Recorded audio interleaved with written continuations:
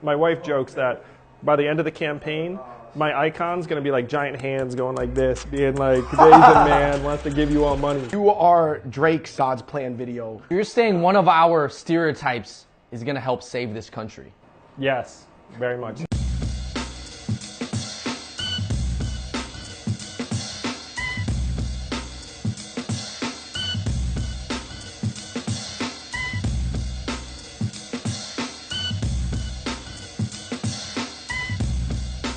What's going on, everybody? Welcome to a very, very special presidential episode of Fung Bros Food. It's not every day you get to meet somebody who's running for president of the United States in 2020. We're outside of Whole Foods in the East Village. This has some of the best beef noodle soup you can find in the whole city. But first, let's meet our guy. Andrew Yang.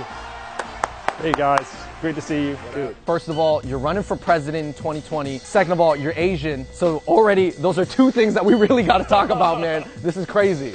Let's go.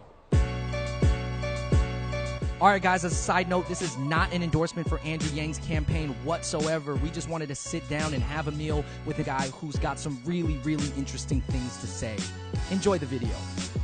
Okay, so we are now at Whole Foods, which is a brand new beef noodle soup spot. Andrew, please get into a little bit of your backstory. I grew up in upstate New York, went to college on the East Coast. I was an attorney for like 5 months and hated it, so I left and started a .com company. I was the CEO of a company called Manhattan Prep that was acquired by the Washington Post in 2009.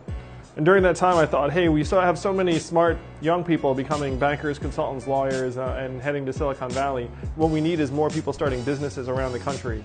So I started Venture for America in 2011 to train hundreds of young entrepreneurs to start companies in Detroit, New Orleans, St. Louis, Baltimore. You're running for president of America in 2020. Yes, that's right. The United States. Yeah, the whole country. Let's talk about your Asian background real quick. My Asian upbringing was do well in school, go to law school, get a good job.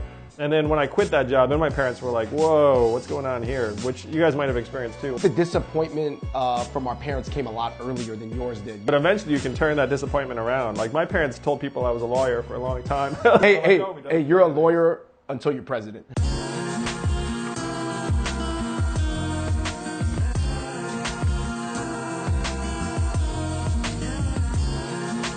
Pause, the food is coming through. Thank you. Hey, Rich. Shout out to Rich right here. And we want to real quick touch on how this food relates to you. This is Taiwanese comfort food. This is the all famous and all loved beef noodle soup. Do you know the name of this dish in Chinese? How's your Chinese? Oh my gosh, what is this in Chinese? All I know is that this was on my my kitchen table. Like what's a week? Okay, so you're not fluent at Mandarin. I got left back in Chinese school like 3 times. Guys, real quick about Whole Foods. This is the best beef noodle soup you can get in the city. This is really freaking good. What do you think it is in you that makes you such a more, like, in a way, you're bold? Well, I was certainly not confident as a kid. I was like this scrawny little Asian kid. I'd skipped a grade, which made me like extra nerdy. Growing up in that environment, like I felt like I needed to prove myself at every stage. And that mindset stuck with me really like forever, where you know, I was a lawyer doing other people's contracts, and I was like, wait, like they can be entrepreneurs and I can be an entrepreneur. I can prove myself. And then when I failed as an entrepreneur, which I did because my first company totally flopped, even though it failed, it was so much better.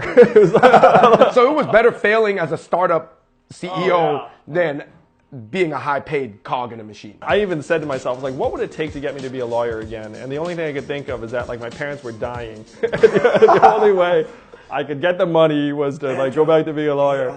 Yeah, really. And during that time, I was throwing Asian parties on the side to make some extra money. Well, hold on. You were being a club promoter? You're an Asian club promoter. Yeah, I had a birthday party one year, and then all these Asians I didn't know showed up, and then I was like, there's probably something to this. What is your first reaction, though, when you tell people that you're running for president? You know, I literally had people cry tears of joy when I told them I was running for president, and I've had like the, what the heck you doing? So I've had like the whole freaking reaction. I'm not sure how being Asian has played into those reactions, because the person who cried tears of joy was like a white dude. You talk a lot about your time with Venture America, going around the country, and what did you learn about America? A lot of this country is very, very depressed. It reads like we're a country in decline. That's the vibe you get. A lot of people seem really beleaguered and downtrodden. Right. I mean, the life expectancy in the US is actually declining, which is almost unheard of in a developed country. It's getting that bad, and it's going to get much worse Truck driving is the most common job in 29 states around the country. And my friends in Silicon Valley are working on automating that right now. So the robots are coming. The robots are coming. Are you pro-robot, anti-robot? I'm generally pro-robot as long as we're experiencing the benefit as a whole and as a people instead of having it collect just with the owners of the robots. As in automation, software, AI, everything like that. And that's one of the frustrations I have is when people think like the robot's gonna walk in and like take your job, and until that happens, you're safe. We're pretty far away from that. Yeah, we're very, very far away from that. I feel like every candidate does have a line that they say about automation. Oh yeah, it's the same nonsense line. It's we have to train Americans for the jobs of the future. And that stuff infuriates me because if you look at the data, the efficacy of government retraining is between 0 and 37%, which would be a fail. You look at truck drivers, average age 49, 94% male, average education, high school or college. I mean, they didn't like school, 30 years ago. There's no reason they're gonna like love it now. Then what's the next step? Well, there are gonna be new jobs, but they're gonna be in places like Seattle and New York. And they're going to be filled primarily with college graduates. And only 32% of Americans graduate from college. First, we implement a universal basic income of $1,000 a month, a freedom dividend, so that people can address their basic needs and not stress out about like just living. And everybody gets it, not just poor people, right? Everybody gets it. If you're not watching this, you welfare. get it. This is not welfare. This is not welfare. This is universal. We are the richest, most abundant country in the history of the world, and we can easily afford $1,000 per person, per month. What is that $1,000 a month supposed to do? Well, one thing it's going to do is it's going to grow the economy because Americans right now, 59% of Americans can't pay a $500 bill. That's what it means to live check by check, right? So the hope is that they can get their heads up and then they can start planning for the future, maybe saving a little bit. So if you're like a carpenter making like $24,000 right now, it's not like you're going to quit your job if you start getting another 12. You're going to keep it, and then you're hopefully going to reinvest it. And the Roosevelt Institute projected that this would create 4.5 million new jobs because people would have more money to spend in the economy. It would grow the economy by $2.5 trillion a year. It's like a permanent stimulus of humanity. Would that make inflation go up or anything like that? So there'd be some slight inflation, but if you look at your costs right now, technology makes a lot of things cheaper over time. Mm-hmm. The things that are getting more expensive are the most painful things, unfortunately. That's healthcare, education, housing. But technology makes a lot of the consumer goods cheaper.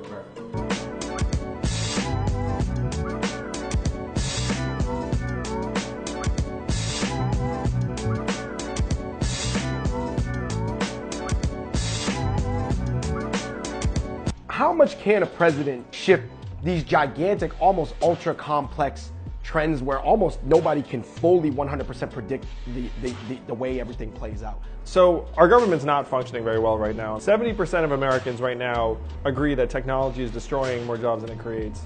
And about half of Americans are for universal basic income, and that's only going to go up. So we can pass it. There's already a state that has universal basic income, and it's Alaska. Americans right now are suffering at such a massive scale that as president, I'm going to be able to get a universal basic income through. And then after that, all things will become possible. What the country needs is a different perspective, a different mode of leadership. Americans realize the system sucks and they need a new system. They're like looking around trying to figure it out. People are thanking me because they're like, man, who would even want to get into government at this point? But if we give up on government, we are screwed because only government can address the challenges that new technology and automation jobs are going to bring. Do you think there is in America some sort of like over-reliance on like corporations? Corporate incentives are going to be to employ less and less, fewer and fewer people. You can see it right now. Why are all new employees contractors or gig workers? Because they don't want to pay for benefits or healthcare. And that's not their role. Like corporations are trying to maximize their bottom line. They're not trying to maximize social well-being. Right, so you're not really blaming the corporations for looking out for their bottom line. No, that's their job. Right. Who we can blame is that our government and our leaders have been asleep at the switch and decades behind for a long time now, and we need to speed up to match up to the fact it's going to be 2020, and all these things are real. I mean, we're living through real-life science fiction. America needs us. America needs the Asians to bring our point of view. Like, I see things in terms of technology and the economy and whatnot, and, I happen to be Asian, so I think that my Asianness informs my perspective, that this country needs us because it is losing its and we need to bring what we have to the table and say, look, we get it. We know things are changing in big ways, and here's what we need to do about it. You're saying one of our stereotypes is going to help save this country. Yes, very much. If we wait for someone else to say, hey, it's your turn, we'll be waiting forever. Right, don't rely on people to call your name. We have to step up and be like, yo, we want in, we want to help, we can make an impact. My wife jokes that by the end of the campaign, my icon's gonna be like giant hands going like this, being like, the Asian man wants to give you all money. You are Drake's God's Plan video. Well, and part of this too is like all of the desire to try and like make society more equal. Nothing is going to make society more equal than giving everyone $1,000 a month.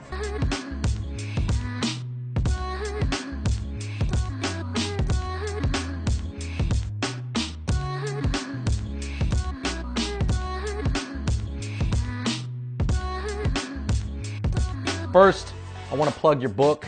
So the book has 3 parts. The first is what's happening to jobs, and the second is what's happening to society. So it has all these social trends, and then the third section is solutions like universal basic income, a new digital social currency that would help encourage people to do positive things in the community. When I heard you talk about that, that was a really interesting concept. Well, yeah, you know, the social currency would be great for freaking YouTube creators because every time someone watched your video, there'd be like a micropayment that comes your way. I guess, man, what level do you hope to make it to? I think the better I do, the closer we'll come to solving the problem. It's not like I'm going to be shattered if I don't win. But we have serious problems right now as a society, and I'm a guy trying to solve the problem. So if I'm president, I'll have the best shot at solving them. If I'm not president, hopefully I'll be working with the people to solve some of these issues because I'm a parent. I've got 2 young boys, and I don't want them to grow up in freaking Mad Max, which is the way we're going to head if everything I foresee starts coming to pass in the next 10, 20 years. We are going to get into the hot seat. First step to running for president. File some paperwork with the FTC. It costs like $50. Lawyer or doctor? Oh my gosh. Well, I've been a lawyer and it sucked, so I'm going to have to say doctor. What is your favorite sport?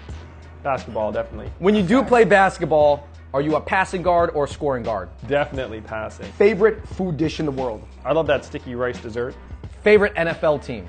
New York Jets. It's really sad to say. Favorite NBA team? Oh my gosh. I was a Knicks fan through and through the whole freaking time. And then after they did Jeremy Lin wrong, I said, like, I can't support these guys anymore. So now I'm a Brooklyn Nets fan. What do you think is the benefit, one benefit and one con of you having no formal American political experience? Dude, I know all these politicians and they feel so stuck. So the fact that I'm coming in fresh and I don't have like a million people I owe favors to, that's what we need. I mean, we have big problems in this country right now. We need someone who just wants to solve the problems and doesn't care about who gave you money or like who has what agenda. Favorite rapper ever?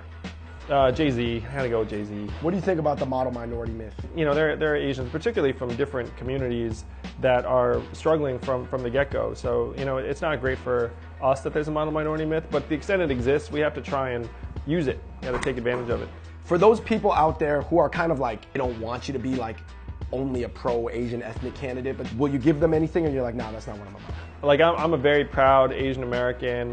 You know, my wife's Asian, my kids are Asian. Like, I think my perspective lines up with the Asian American community on most things. What's one thing that you wish Obama did differently? You know, I met the guy a few times. There were times when he should have gotten angry, but did not. And I think that he was not able to get angry because you have like an angry black dude president and people were like, whoa. Right. He was like Mr. Cool all the time. But there were times when we needed it.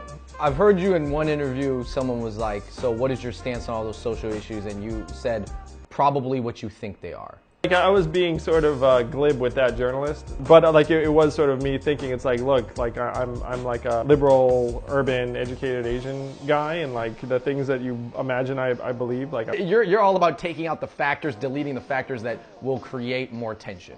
You know, we got to be real. Like I see myself as like a super practical guy, and we got to recognize what we can and can't do. Let's make it real. Let's show them what we can do. This country needs us, and we need to step up. So thank you guys so much for having me. It was a blast. Thank you so much for watching that video. If you guys want more information about Andrew Yang and what he's doing, we'll leave some links down below. I just want to reiterate, this was not a paid endorsement at all. You just came out, you had stuff to say. Shout out to Rich Ho over at Ho Foods. Best Taiwanese beef noodle soup you can get in the city. It is delicious. In America. That was the Fun Bros. We're with Andrew Yang. He's running for president in 2020. We're in New York City, and until next time, we out. Peace. Hey, what's up, guys? This is Richard. You know, we do Taiwanese comfort food, sourced well. Just want to bring a taste of Taiwan to everyone in New York City. And we'll see you guys around.